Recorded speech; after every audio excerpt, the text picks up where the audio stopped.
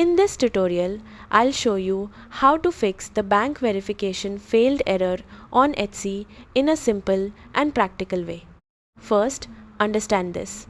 Bank verification fails on Etsy when your banking details don't match, the account isn't supported, or verification steps weren't completed correctly.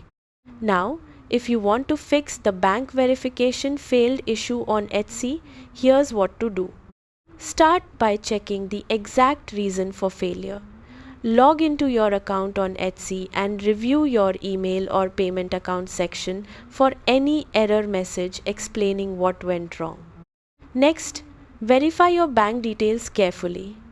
Go to Shop Manager, then Finances and Payment Settings, and check your IBAN or account number, bank country, and currency. Make sure there are no typos or extra spaces because even one wrong digit can cause verification to fail. After that, make sure your name matches exactly. Your Etsy account name must be identical to your bank account holder name or registered business name. Small differences like nicknames or spelling errors can cause rejection. Then, confirm your bank is supported and active. Some banks may not accept Etsy payouts or require additional approval for incoming transfers, so contact your bank if needed.